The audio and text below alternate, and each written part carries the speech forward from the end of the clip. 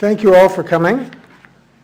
I'm David Solkin. I'm a emeritus professor of the history of art at the Courtauld, and along with my colleague Ketty Guittardo, one of the curators of the Füssli exhibition that's currently on at the gallery. I'm here tonight to introduce our speaker, but before I do that, let me say something about this series of lectures. The Frank Davis Memorial Lecture Series is an annual distinguished lecture series established, not surprisingly, considering its name, in honor of Frank Davis, who was a critic for Country Life magazine through a bequest from the F.M. Kirby Foundation. Coinciding with the current major exhibition, Füssli and the Modern Woman, Fashion, Fantasy, Fetishism at the Courtauld Gallery, which runs until the 8th of January 2023, the Frank Davis Lectures this year offer a platform for new perspectives on one of the most original and idiosyncratic of 18th century European artists. That is to say, Henry Fuseli.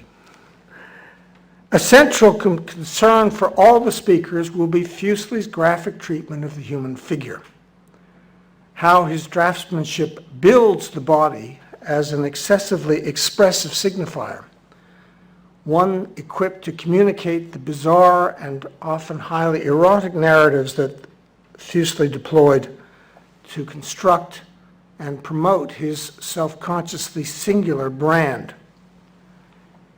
In the process, Füssli's bodies expose the classical tradition to the prospect of its own disintegration under the unbearable pressures exerted by the advent of modernity.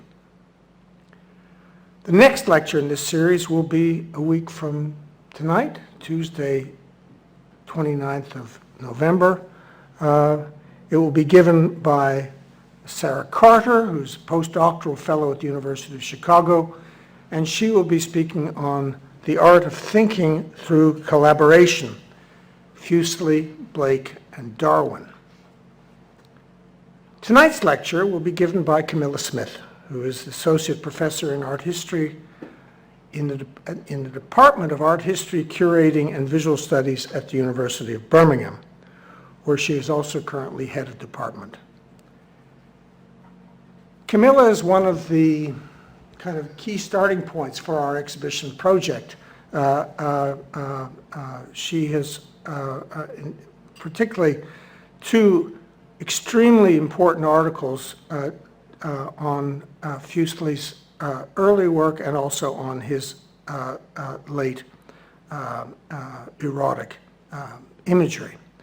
And since working on Füssli, she has gone on to actually to plow other furrows, work in other pastures in 20th century German and Austrian art. Her articles on erotic print culture and drawings have featured in the Oxford Art Journal and Art History, and an article on German sexual science and art history will be coming out in the Art Bulletin. Is it next year now? Mm-hmm. Good. Just last week, she published a monograph on the new objectivity artist Jan Mammon, which explores what it was like to produce art under the radar in National Socialist Berlin. It's published by Bloomsbury. As I said, her articles on Füssli have focused on both his erotic and his late erotic drawings and his early childhood drawings. And she is, I think, more than any other scholar who has worked on Füssli in the English-speaking world, is really interested in figuring out and determining what is particularly Swiss about his imagery. So I see here somebody who is kind of putting the umlaut back in Füssli. And so if I could ask you please to welcome Camilla Smith. Thank you, Camilla.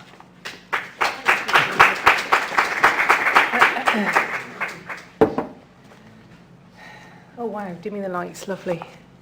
Thank you so much for this lovely invitation, David and Katie, and thanks for such a great show, which I had the pleasure of seeing this afternoon. And thanks to all of you for staying and coming this evening. I know 6 o'clock is quite late in the day for a lecture, so I really appreciate you being here. I have to say, David said already, thank you after your introduction, I've moved quite a long way away from Fuseli over the past few years, but I've really enjoyed my kind of foray back into his work to prepare for this talk, and I hope to show you a kind of a new side to Fuseli, or some images at least from made in Zurich, made in Switzerland, that you may, some of them you may not have seen before. They really, it's not a very profound statement to say, but some of them are really quite amusing and have made me laugh, so I hope they do you too. Okay, let's begin.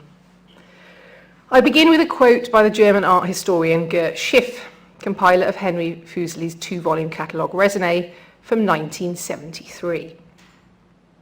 Henry Fuseli is the forerunner of many exiled artists and writers of the 20th century, who, like Kandinsky, Picasso and Joyce, have never quite assimilated in their adopted domicile.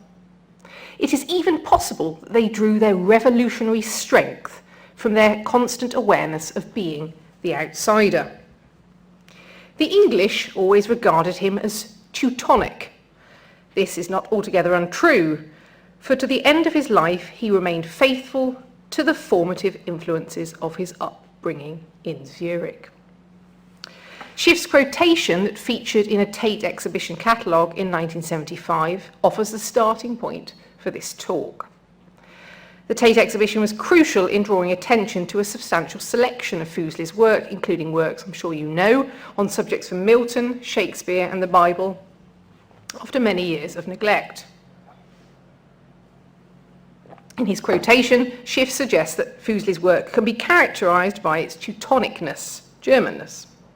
In terms of the 18th century, Schiff was presumably referring to the German-speaking dominions, the Holy Roman Empire, the Austrian Empire, and the Helvetic Confederation, those whose geographical boundaries had yet to be fixed. Schiff suggests further that this Germanness can be understood in terms of Fuseli's artistic production, implying he drew consciously on his formative years in Zurich, but also how it continued to shape the reception of him as an artist living and working in London during the 40 years thereafter. Yet since the Tate exhibition, scholars still emphasise Fuseli's period in Rome between 1770 and 1778 as the defining decade of his career. His English oeuvre also continues to dominate focus. As a result, there has perhaps been an overemphasis on what some construe as Fuseli's exile from his homeland and his subsequent disentanglement from his formative roots.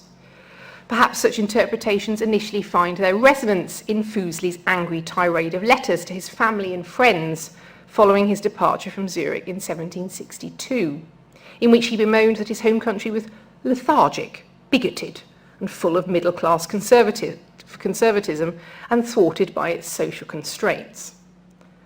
Such comments were followed some years later by his visual indictment you see on the screen, likening Switzerland in no uncertain terms to a commode, a drawing Fuseli completed in Lugano. Here, Fuseli, a figure of monolithic proportion, depicts himself defecating into Switzerland's tiny dominions. The image quite literally evokes the German phrase Scheiß drauf, a figure of speech meaning, I don't really give a damn.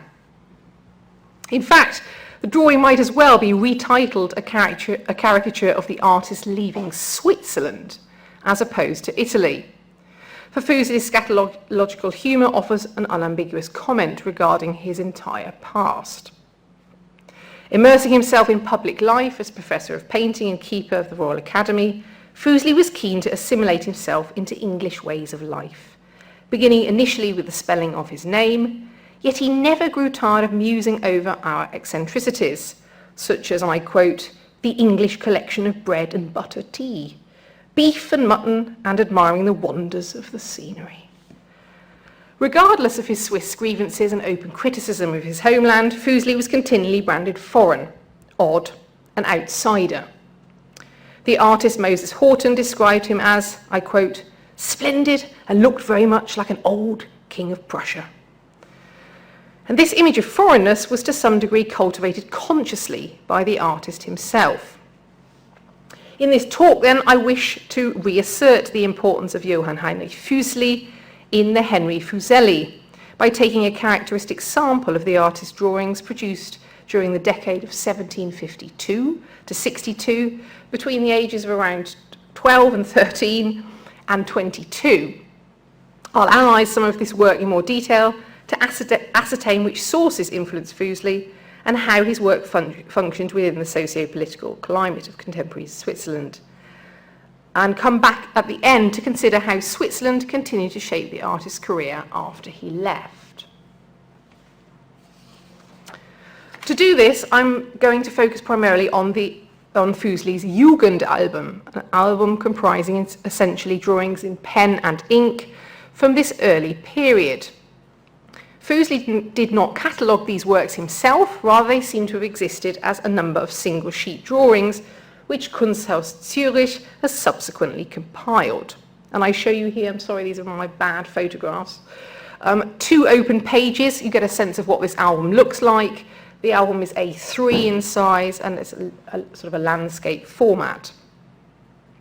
All of the works are figurative, so he's not particularly interested in drawing landscapes, and already demonstrate Fuseli's dexterity as a draftsman. He copies, adapts, edits, and expands on a rich array of diverse sources. There are, however, recurrent subjects that can be identified, which broadly converge around the subjects, we'll find out, of religion, history, and codes of conduct. The album is particularly fascinating as it demonstrates just how immersed the artist already was in Zurich's intellectual life, or Zurich's cultural life certainly, at a very young age.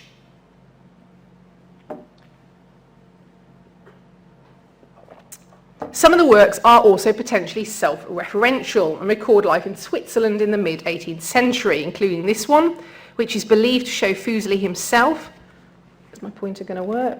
Here he is, the edge. Engaged in some form of bowling or skittle game with male friends. With no centralised government or monarchy, each Swiss canton was responsible for its own civic and religious matters. Fuseli's Zurich, then, with a population of some 10,000, remained an important stronghold of Zwinglian Protestantism, and it was, generally speaking, pretty stringent in most religious matters and in social and moral codes of conduct. It nonetheless had become a well-known intellectual centre in Europe, in part due to the circles that converged around the historian, I should put them on the screen, Johann Jakob Bodmer, and the Hebrew teacher and priest Johann Jakob Breitinger. The history of the societies, or the kind of groups that these two men formed, usually together, is long and complicated. Suffice to say that from the 1920s to the 1920s, wow, that was a Freudian slip, the 1720s until the 1770s, they welcomed into their midst important writers such as Heinrich von Kleist, Christoph Wieland, Friedrich Gottlieb Klopstock, among many others. Bodmer and Breitinger were also paramount in leading enthusiasm for Anglophone culture in Zurich. They loved the writings of Alexander Pope and Jonathan Swift and the Scriblerans. England represented a logic and freedom far more progressive than the local cantonal councils and arcane guild system of Zurich. Bodmer and Breitinger were also closely linked with the Füssli family. Fuseli's father, Johann Caspar Füssli, was a well-known painter in his own right. The surname Füssli reaches back to the 1380s and can be closely connected to artisanal professions. Johann Caspar Füssli then had produced formal portraits of key Zurich intellectuals. You can see one, of course, on the screen, a portrait of Johann Jakob Bodmer. And on the right, is, so on the left is a portrait by the eminent Swiss portrait painter Anton Graf. Füssli's album of drawings are undoubtedly motivated by his family's connections with Bodmer and Breitinger's intellectual circle, as well as his own education. At the age of 15, in 1756, he began training to become a reformist minister in the Collegium Carolinum in Zurich, where he stayed for 5 years. The Collegium was an academic institution that prepared its students for ordination by combining theoretical, theological, and practical duties. It was established based on the reformist principles of Henry Fuseli, and who of course taught or was closely connected to this school, Bodmer and Breitinger. So during the late 50s and early 1760s, Füssli was a Zwinglian seminary. He had not yet decided on the career of an artist. This Jugendalbum then really reveals these joint, perhaps somewhat even competing motivations. For the artist appears to have been drawn towards material that was perhaps aesthetically interesting, but also religious and polemical. And material, I should say, is primarily, as we'll see, drawn from the 16th and 17th centuries. On the left, we see a pen and ink drawing of Zwingli from this period that Füssli completed as part of a series of small portraits on the subject of humanists and reformers. And on the right, we see a far looser pen and ink drawing of Füssli's father's candlelit study.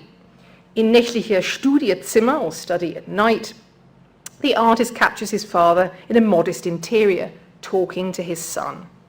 A 13-year-old Füssli is shown in the foreground pulling down a large book from a shelf, which his father appears to be asking him to place on the table. The grandfather clock reveals it's shortly before 9, the lateness of learning emphasised by the crescent moon, which, with the candle, casts a series of dramatic shadows throughout the room. Füssli's early drawings in general show an acute knowledge of both local and Central European history, which was probably encouraged not only through his education, but also his family. Both his father and his brothers, Caspar and Hans Rudolf, for example, were already busy writing and illustrating the Geschichte der beste Künstler in der Schweiz, a history of the best artists in Switzerland, in the mid-1750s, which was published the following decade. So, moving to the album then, in some cases Füssli's drawings in the album are simply copies of other works. In this instance, from the Zurich artist Jost Ammann's costume book, a book which explores dress in relation to different professional and social roles, which is, I think it's really interesting that he's looking already at costume books as a young artist, or as a young man in this period, given his interest in costume in the current show and fashion. In other cases, he was clearly motivated by anti-clerical chapbooks, such as Hermann Bord's story of Till Eulenspiegel, written around 1510 to 11. In it, Eulenspiegel, a wise fool figure, travels around Germany and through his cunning and trickery exposes mankind's vices. Bord's use of scatological humour is evident throughout the book. In one such moment that Füssli has chosen to capture, Eulenspiegel is feigning illness on the right-hand side to expose the greed of the Catholic Church. As the canon reaches for gold in the pot in front of him, instead he finds something far less savoury. I'm sure you can imagine what. Füssli was not copying Hans Baldung-Gren's woodcuts on the left, illustrating later editions of the tale, yet he appears to mimic the print style nonetheless, with the use of dramatic lighting and stark contours. He also adds his own comic devices, and this is something he does quite a lot, these inclusion, as we'll see, of this strip of figures at the top, of grotesque, there we go, inebriated figures, and the owl on the floor here, alluding to Eulenspiegel's name, Euler meaning owl, and Spiegel meaning mirror. This is quite an extraordinary image.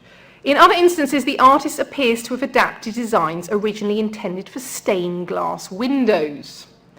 Fuseli's drawings from the album on the right-hand side shows a group of monks wading into a bog pursued by demonic creatures, one of which is held by a mercenary. Likewise, not a copy, Fuseli's drawing is clearly inspired by part of a narrative from an original window design, and this is the top scene. I hope you can see that there. There are the monks wading into the kind of through the bulrushes.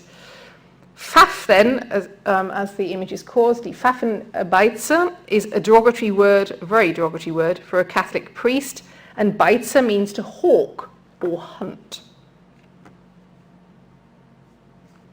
Beyond the historical context of anti-Catholic polemic, it's the fantastical demonic creatures that appear to have drawn Fuseli's attention. Here he was probably taking the lead from publications and broadsheets produced by the Zurich artist Tobias Stimmer and the German Protestant satirist and publicist Johann Fischart. And I show you an anti-Catholic, this is my only anti-Catholic broadsheet, I promise, Die Pfaffenmühle, the priest mill, a reinterpretation of the godly mill with similar fantastical creatures. Tobias Stimmer depicts a mill interior in which Death and his deformed characters carry flour sacks stuffed with Catholic Pfaffen priests into the mill and load them into the mill's funnel. Beneath the funnel, the ground priests reappear in a heap, no longer recognizable as humans. They have been turned into fiend-like monstrosities, an egg and bagpipe with legs, a donkey, and a body with the body of a book, and a lizard-type creature. And these are all these type of hideous creatures here in the foreground.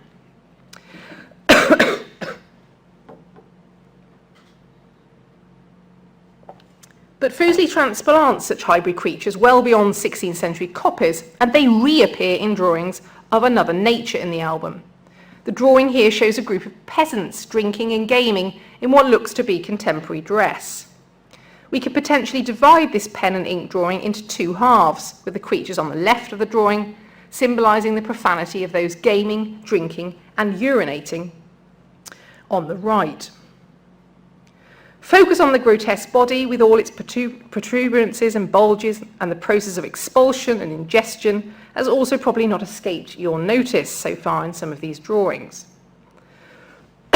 Tobias Stimmer and Johann Fischart collaborated on various publications beyond anti-Catholic broadsheets, including, which is just completely glorious, a German edition of Rabelais' Gargantua and Pantagruel, you can see on the far right, which was one of the first experimental works of literature in the German language from 1582. In addition to Rabelais' title, Fischart lent the work a rather splendid subtitle, Geschichtsklitterung, in etwa eiliger hingekleckste Geschichte, meaning a hastily pasted falsification of history. Sounds like such a brilliant book title.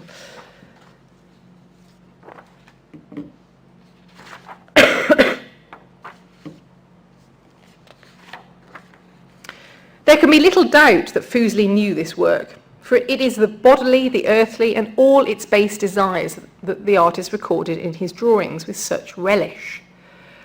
From the preparation of meat in a nighttime butcher on the left of the slide, to the types of physical excess found in Tobias Stimmer's illustrations from his and Fischart's edition of Rabelais, Fuseli appears to have been motivated by them both. You can see here Fuseli's drawing, of course, on the left-hand side. In terms of the composition and the grouping of the figures, it certainly finds its precursor in Stimmer's Drunken Litany. Part of Fuseli's familiarity with 16th and 17th century broadsheets, humanist and religious tracts undoubtedly stemmed from the strong printing connections Zurich shared with Basel, Bern and Geneva, as well as Strasbourg and Augsburg. The effective transmission of prints, books, manuscripts by humanist writers was helped by the River Rhine, and whilst the publication costs in Basel, Bern and Zurich remained high, many works were instead sent to Protestant printing houses in Strasbourg. This cordial relationship remained over the subsequent centuries, indicated by the plethora of broadsheets and humanist tracts available to young students such as Fuseli in Zurich's main library.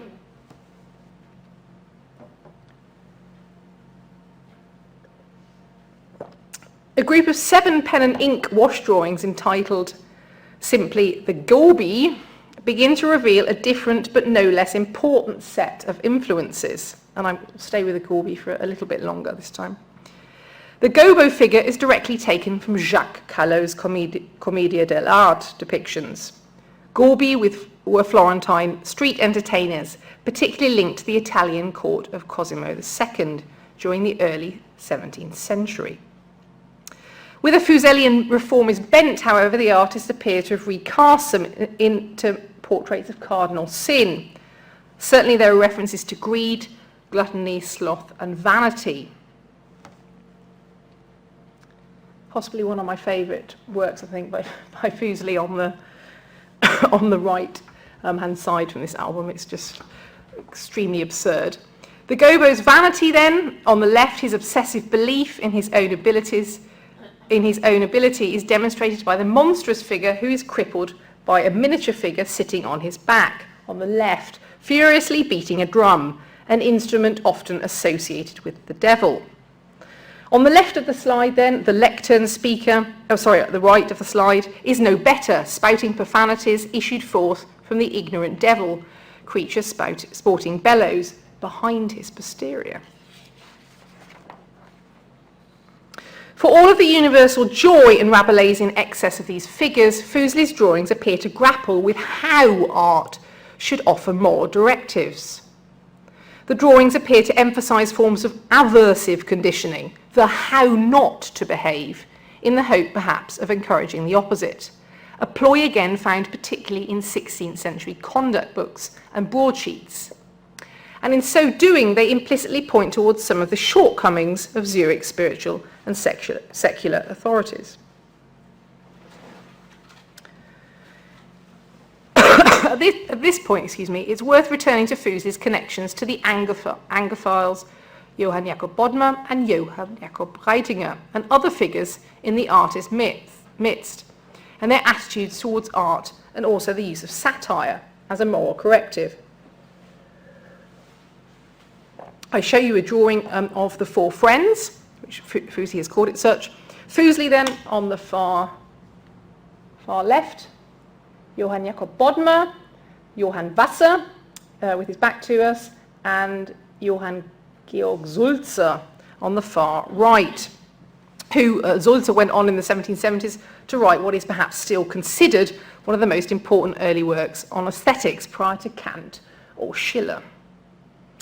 Inspired by the work of the Scriblerans, Johann Swift, Jonathan Swift and Alexander Pope, and before them Joseph Addison and Richard Steele, Füssli's tutors Bodmer and Breitinger set up their own satirical middle-class magazine entitled Die Discourse der Maler, or the Discourse of the Painters, which was Zurich's answer to the Spectator, and it was printed during the 1720s and again during the 1740s. So Füssli certainly would have known the 40s versions.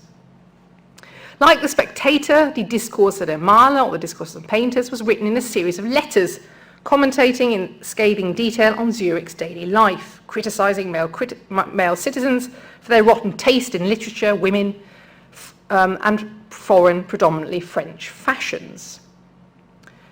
Bodmer was adamant in his defence of the journal's use of satire as pedagogic, explaining, and I quote, "The satirical mode of teaching is far more effective in showing mankind his follies and trying to improve them. One is able to reach them in a truer and more practical way, rather than with dry teaching, which endeavours to show man his mistakes and follies." Their journal therefore highlighted and exposed negative types and vices in the hope perhaps of inciting change. For example, there was the grotesque pipe smoker sitting in mounting ash, the self-centered scholar or decadently dressed lady, and they're all described with the same ironic exuberance as the grotesque, intoxicated gnome-like figures portrayed in Eulenspiegel or the drinking and urinating figures found throughout Füssli's album.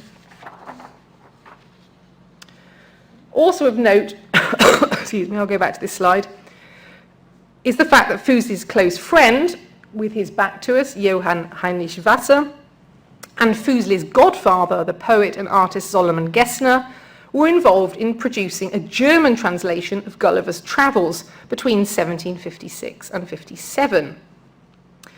Indeed, it's difficult not to read the lectern speaker, part of the Gobi series of drawings, as expressive of some of the figures that appear in Swift's writing. This corporeal, conservative Zurich preacher, if we might understand him as thus, conjures the vivid description of a flatulent Puritan preacher in Swift's Tale of a Tub from 1704, in which Swift plays on the carnivalesque inversion of the face and posterior, and Swift describes how the preacher speaks through flatulence, and I quote, "Where you behold him swell immediately to the shape and size of his vessel. In this posture he disembowges whole tempests upon his auditory as the spirit from beneath gives him utterance, performed without much pain and griping." It is this type of Anglophone satire combined with long-standing anti-Catholic polemic of broadsheets readily available in Zurich, which appears time and again to shape Fuseli's early drawings.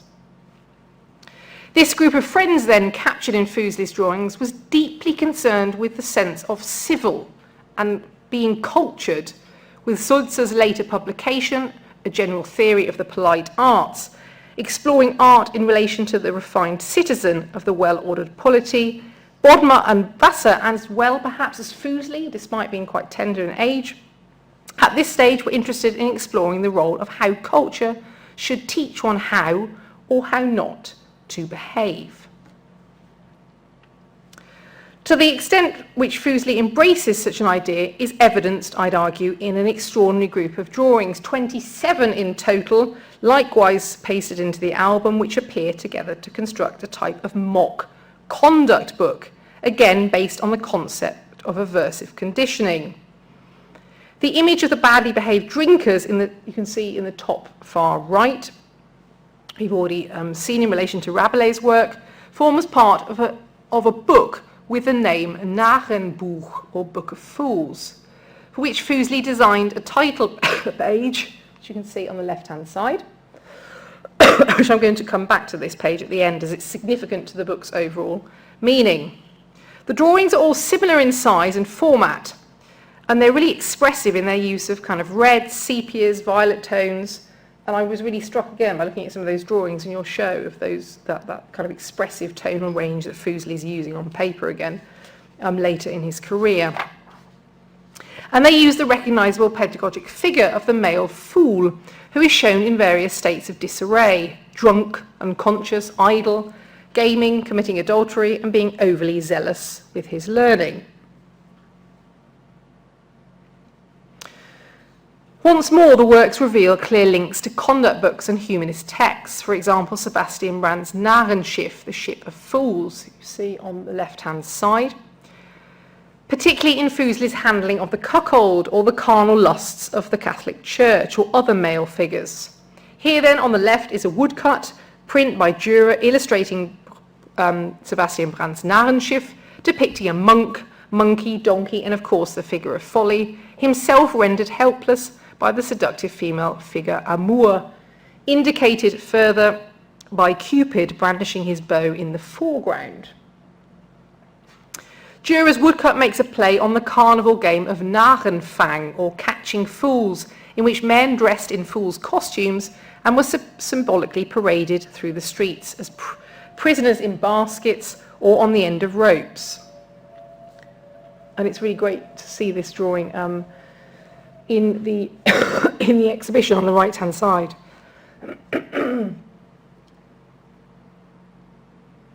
So Füssli's drawing on the right, Na an Angel einen Metz, or fool on the end of a prostitute's rope, makes a similar play on such historical traditions and shows a male fool figure splayed on the floor, reduced of all physical strength, overcome by what we assume to be his sexual desire for the lavishly dressed female figure. Although not illustrations for a particular text, Füssli's image captions written in his own hand play an integral role to the understanding of these drawings. Here he writes, "Der Held, der da wollt Teufel fangen, blieb wie ein Fisch an einer Metze hängen." The hero who hunted the devil was hooked like a fish by a prostitute. Fuseli's title of the drawing, Na an der Angel eine Metz, or Angel, hook, literally means hook or fishing rod, finds its resonance with the archaic German phrase jemand am Narrenseil führen, which means basically to lead someone on.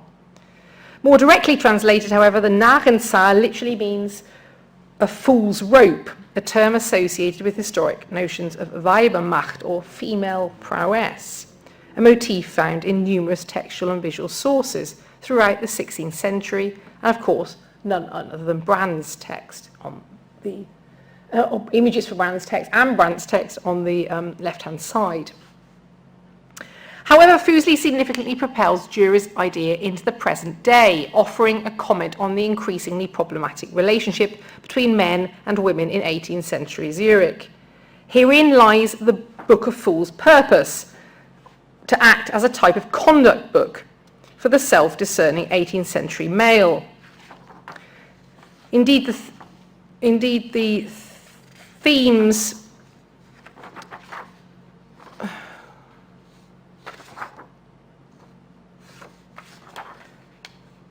and methods employed by Füssli again take their lead from both the Anglophone satire of the aforementioned Discourse of the Painters by his teachers and humanist writing. Given the influence of The Spectator on its conception, one of the prevailing topics in Bodmer and Breitinger's journal was, perhaps unsurprisingly, women. In letter 75, for example, the male reader is offered both a satirical and topographic list of all the places that men were open to the pernicious female assault around Zurich's churches. The clothing is also crucial to the contemporary relevance of Füssli's drawings. For not only does the prostitute sport decadent fashion associated with the French court, which was continually mocked in Bodmer and Breitinger's journal, but the male fool can be identified as a Swiss mercenary known as Reisläufer by the cross on his tunic and the decadent use of slashed material on his uniform. The high foreign pensions and lavish clothing and whorish behaviour of mercenaries found long-standing censure in Zurich, particularly through Zwingli, to the extent that the decadent use of slashed material was still prohibited by Zurich's stringent sumptuary laws during the 18th century. To that end, the Discourse of the Painters, so this journal, in particular offered snide comments regarding both the female adoption of the latest frivolous Rococo fashions of the French court and what they called were the glass clothes and high-fashioned feathered headdresses worn by current foreign pensioned soldiers. Sorry, I apologise for my awful image on the right-hand side. We can, of course, see where this heady mixture of stringency, youthful testosterone and satire lead later in Füssli's artistic life, with the array of exquisite and no less troubling drawings in the current exhibition, Füssli and the Modern Woman. Here, of course, on screen, the Zurich artist Jost Amann's take on the left-hand side on the seductive prowess of dress. On the left-hand side. Instead of doves, minuscule male fool figures are shown to be in mortal danger. But the Narrenbuch is also interesting in its pointed criticism levelled at the theological training by the Collegium. And in this respect, I think an analogy can be drawn between Füssli's relationship with institutions in both Zurich of his youth and the London of his maturity. Bodmer and Breitinger not only advocated English satire as a moral corrective, but satire also appeared to challenge some of the drier pedagogic methods that determined both Füssli and his friend and colleague Johann Caspar Lavater's ministerial training. Bodmer, who taught history at the Collegium, was openly critical of the orthodox methods and self-importantness of his colleagues, who were, and I quote, turning pupils into miming parrots, apes and slaves. Breitinger likewise characterised the officious overblown nature of Collegian sermons in 1756 in no less comic terms, and I quote, so there he goes in his new clerical robes after his sermon, his head bent on ambition. He deceives himself that every stone in the lane marvels at him. He steps up to the pulpit, clears his throat and acts as if he would be the first to discover numerous mysteries. If truth be known, His are just empty words. Then comes the applause and self-congratulation, which, by this time, his head is so large that he'd like to gobble himself up out of self-love. What useless effort. A characteristic entry from Johann Caspar Lavater's diary, so Fuseli's friend, training with him during the late 1750s, gives an indication of the rigorous routine both he and Füssli endured daily. January 5th, prayer, letter, read Jacques Sauren, the French theologian whose work you see on the screen. Eat, read, daily tasks. Sauren, Zach is August Friedrich Zach, a German theologian. Franz, eat, read, Torbler's sermon, Füssli's sermon, clerical rounds, eat, letter, bed. From an early age, Füssli's father read aloud from Sauren's renowned sermons you see on the screen in order to establish the do's and don'ts of giving good sermons. It would seem then that for Füssli's circle, satiric methods offered productive forms of Collegium critique, as well as wider moral correctives. Much like the Lectern speaker Gobo, the Narrenbuch, two images you see again from the Narrenbuch on the right-hand side in the middle, self-consciously mocks learning and indoctrination from someone who is clearly finding it difficult to reconcile themselves with the future prospect of life as a Zwinglian minister. Both the learned fool on the left and the donkey fool, or the Eselnarr on the right, point towards the ineffectual methods of learning used by the Collegium. Although Zwingli had been a strong advocate of psalms and catechisms, the problems with learning verbatim clearly came to a head during Füssli and Lavater's training in 1758, when this compulsory age limit for catechisms was dropped to 20 from 24. Debates raged about how many catechisms should be learned, the uses of militant repetition, and pedagogic processes associated with the Catholic Church. Füssli's pointed use of the ass's ears of his sermon giver in the Book of Fools, on the, I hope you can see that on the right-hand side, here we go, is surely a play on the figure in its numerous incarnations on anti-Catholic broadsheets, but of course, in none other than Holbein's Stultitia in Erasmus's ironic tract, wonderful tract in praise of folly, whose own congregation, and I quote, is said to roar out their psalms in church like braying asses, counting their prayers indeed, but understanding them not at all. And here then on the right of the slide is Füssli's own portrait of Erasmus, which is part of that humanist and reformer set of portraits, and I showed you Zwingli earlier, and it really acknowledges, I think, the centrality of the fool in the humanist work, who you can see then in the mirror. The text beneath the donkey fool, which states, ein Esel redet und Esel hören zu, wer ist wert der größeren Ehren, an ass speaks and asses listen, which or who do we owe the most honour, makes the criticism of the Collegium unequivocally clear.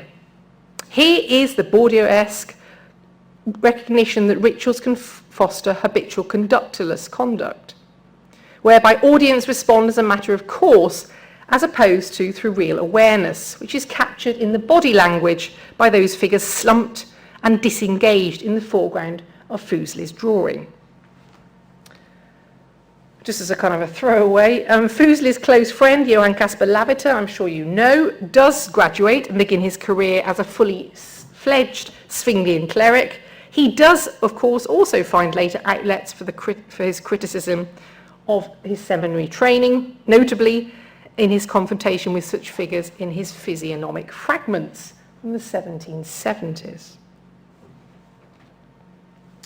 The fool in his different contexts provided a rich and useful array of anti-examples, which were both universal and anonymous, and as such, the motif also permitted Füssli to tease out some of the frustrations of 18th century Zurich, more or less undetected.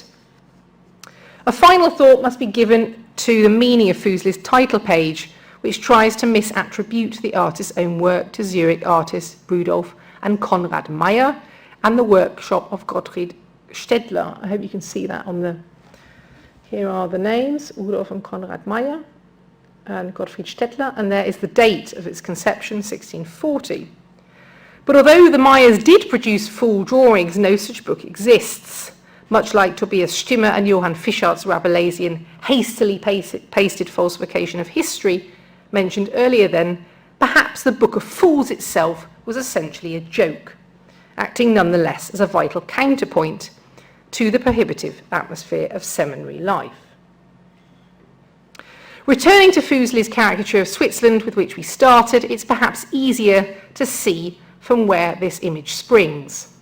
Despite the Michelangelesque proportions acquired through almost a decade of studying, copying, and experimenting in Rome during the 1770s, the artist's work continued to maintain a proclivity towards the grotesque, farcical, and subversive, which he cultivated in early drawings and perhaps never did or never intended to shake off. These earlier years are crucial in helping understand Fuseli's later English oeuvre, for it is in his general belief that art should function as morally edifying, wherein the overall significance of Zurich lies. After renouncing the cloth in 1766, Fuseli's pedagogic interests found a more public voice in his writing and as Professor of Painter and Keeper at the Royal Academy.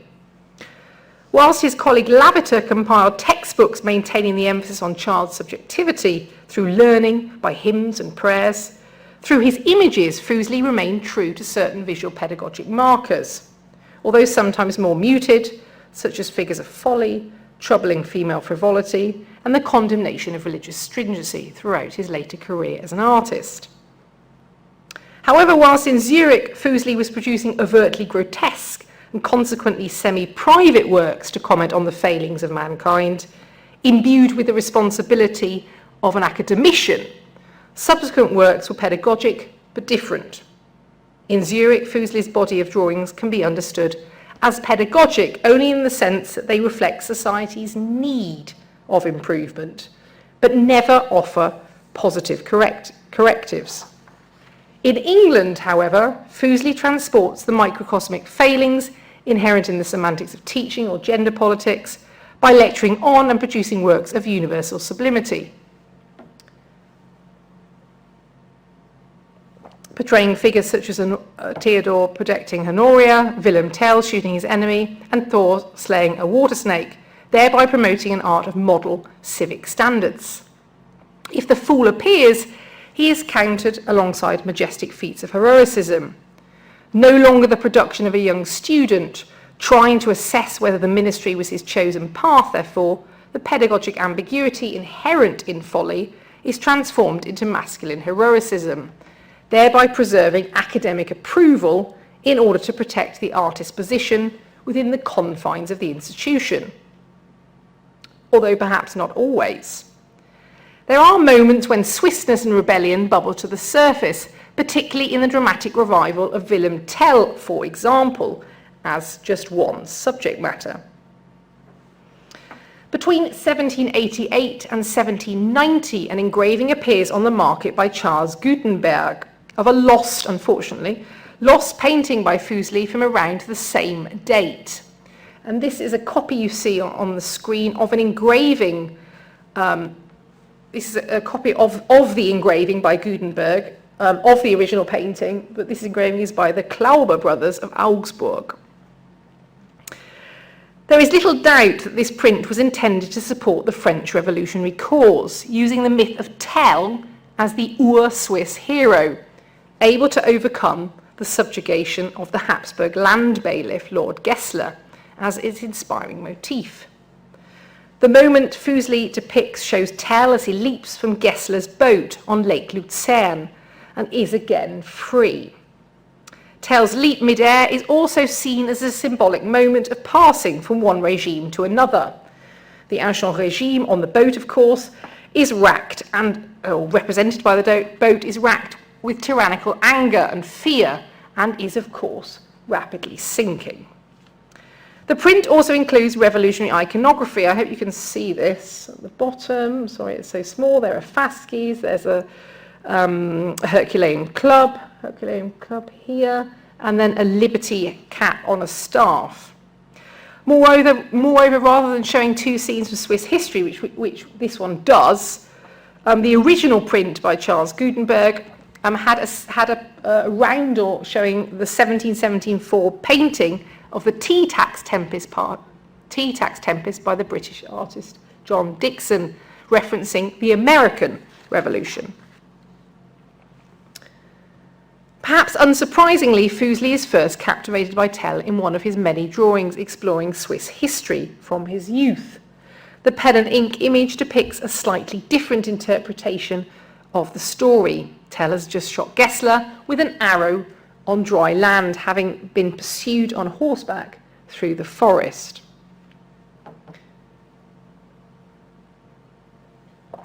Gutenberg's print is significant in that it reveals that Fuseli was interested in appealing to Swiss audiences through his work, and where, of course, there was also strong revolutionary fervour. Gutenberg worked in Paris. He met Fuseli in 1787 in England and was back in Paris in 1788-89, where the Tell print first appeared on the Parisian print market. Note also the story of Tell, which is recounted here. Willem Tell and Guillaume Tell is only in German and French, signalling that it was never intended for a British market. Of note is the fact that Fuseli also fostered contacts with Swiss artists and engravers in London, corresponding with Mary Moser and using Swiss engravers such as Theodor Falkeisen for the replication of his own work for commercial purposes. Fuseli also never lost sight of his childhood friends, promoting Johann Caspar Lavater's Physiognomic Fragments, released in the 1770s, throughout Europe, and welcoming Lavater's son Heinrich for a 6-month visit in 1789. Little over a decade later, Johann Caspar Lavater would lose his life defending Swiss territory from the French. In 1802, when Switzerland effectively became a satellite country, the Helvetic Republic, governed from Paris, Fuseli condemned France as the land of blood and a paradise of mud and sliced meat. Towards the end of his life, this is my final point, the artist suggested to the surgeon and biographer James Carrick Moore, whose imminent move from England to Scotland was cause for great concern among intellectual circles, and I quote, ubi pani ibi patria, sorry for my awful Latin expression, meaning, where there is bread, there is my country, or you could say home or homeland, suggesting that the artist felt little loyalty towards Switzerland after all. But Fuseli's mindset and oeuvre might best be understood, therefore, as an accumulation of uneven, unresolved experiences and processes, many of which stem from Zurich. And it is perhaps for these reasons that his attitude towards his homeland, which appeared to fluctuate between annoyance and admiration throughout his life, should continue to warrant our attention. Thank you. Thank you.